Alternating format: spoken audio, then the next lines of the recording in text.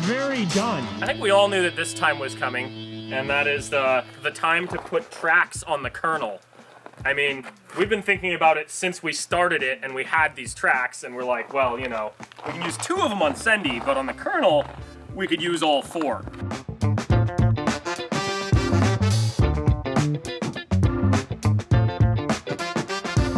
I think that's gonna look approximately amazing. The reason we, you know, have waited this long to do this is because these tracks were made for Polaris, and Polaris is the only one on Earth that uses a 4-bolt pattern on a 156 millimeter center. We just ordered instead of used hubs for these that'll work with this bolt pattern. Those will go on there directly, and then we'll just have to disassemble this part here and put this hub in there.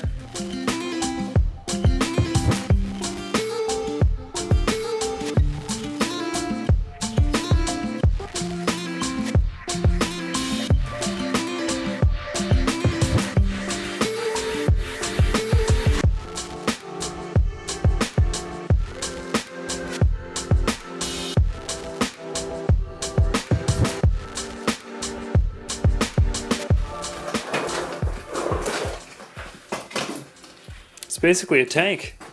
Yeah, that's a real short wheelbase. But that's also a lot of surface area. It's gonna have a lot of flotation.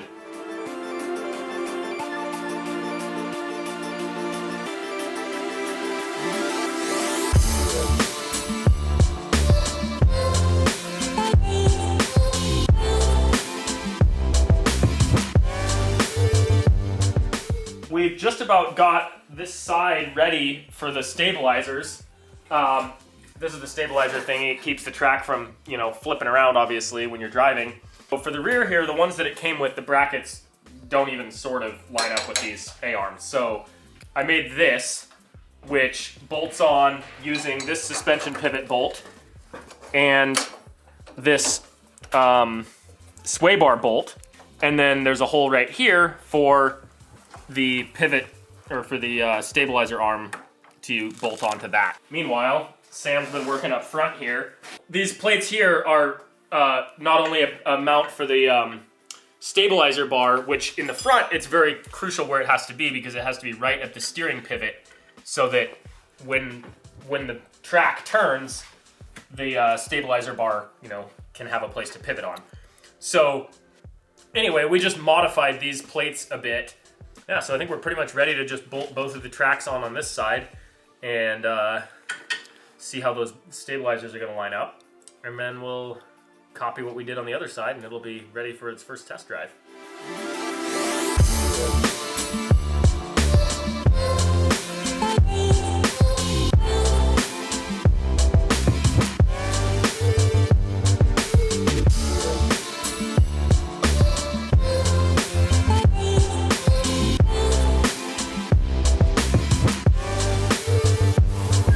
The back is done. It is attached. We may have to adjust the length of these a little bit when we set it down flat because the front's up in the air right now. You can see it's really hard to make them spin this way, which is good because that's the way they are trying to be spun by the wheels or by the hubs. But the spring here makes it easy for them to pivot the other way for going over terrain and stuff. So that's what you want. So we realized that when we modified the bracket for this side, we did it kind of stupid, and we put the attachment point directly underneath this bolt, but in reality it needs to be out here a ways to be directly under the steering pivot. Sam made the other side the right way, and now he's modifying this one. In the meantime, we're gonna replace this here axle. We ordered both, but for now I'll just replace one. The other one's still fine, so we'll run it till it breaks and then put the other one in.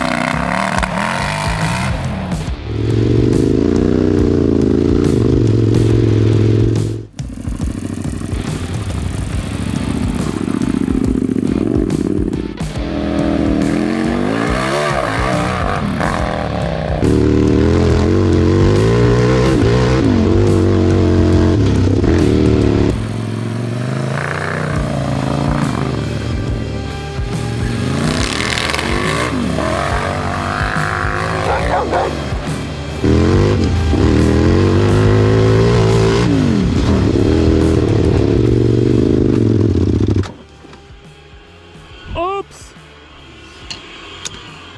I done broke something.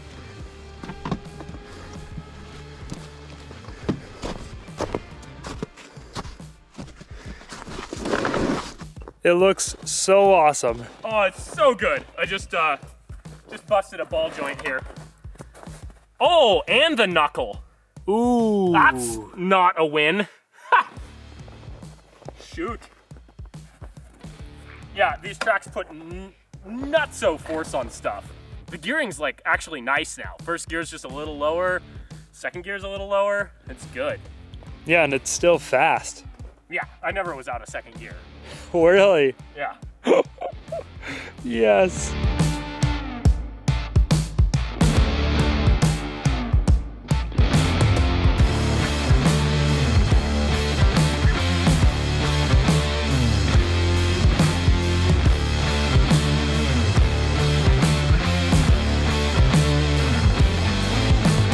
Got a fresh ball joint here, or a slightly less used one.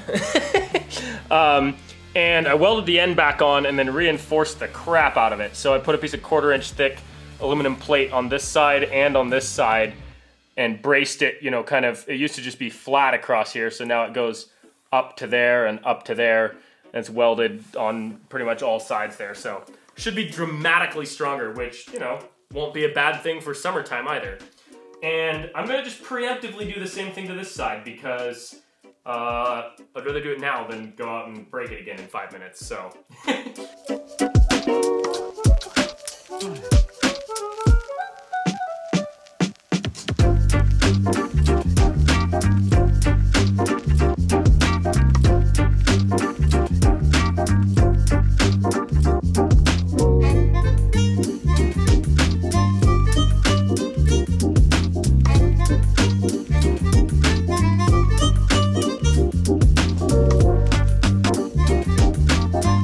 Time for the Colonel's first big climb. Man, that thing looks cool.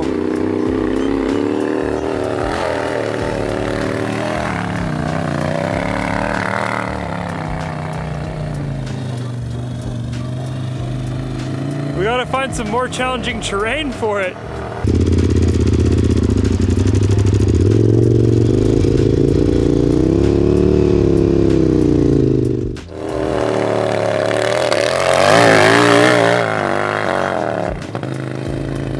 Seemed to go well, so it's time for the step-up jump. This is gonna be sick.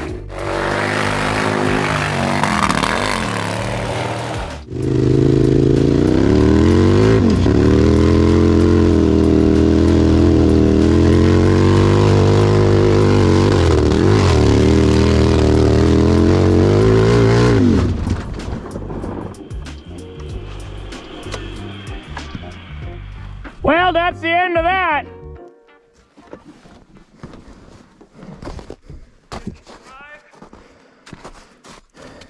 Yeah, no, that's done. That is very, very done. That didn't sound good. Oh yeah, the hub split in half. Whew. Oh. Yeah. Yeah, look at this. Yeah, well, we got about the exact same amount of time before it died again, and this time it broke a lot worse. This hub split in half. I think it's safe to say that these stock parts from the Kawasaki are not strong enough for the amount of force that these tracks put on them. So, yeah, we're gonna have to order some new hubs and do some reinforcing or something, because that's done. Maybe razor hubs than a full send in the mountain? Yeah, I don't know what kind of hubs we're gonna use, because we're gonna have to have the same splines. Well, we'll look into it. Anyway, yeah, that's done.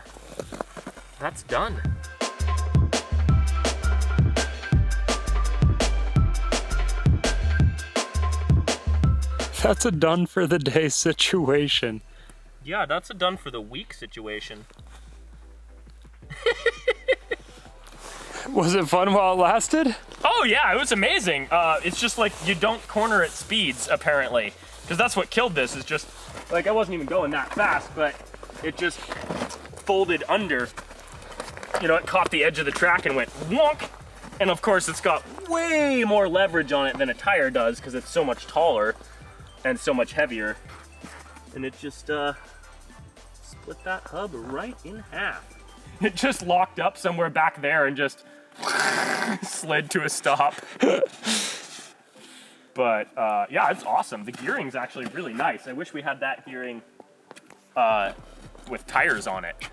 Because it's like first gear is nice and slow, but still has enough speed to be like, you know, some good acceleration. And then second gear is actually usable.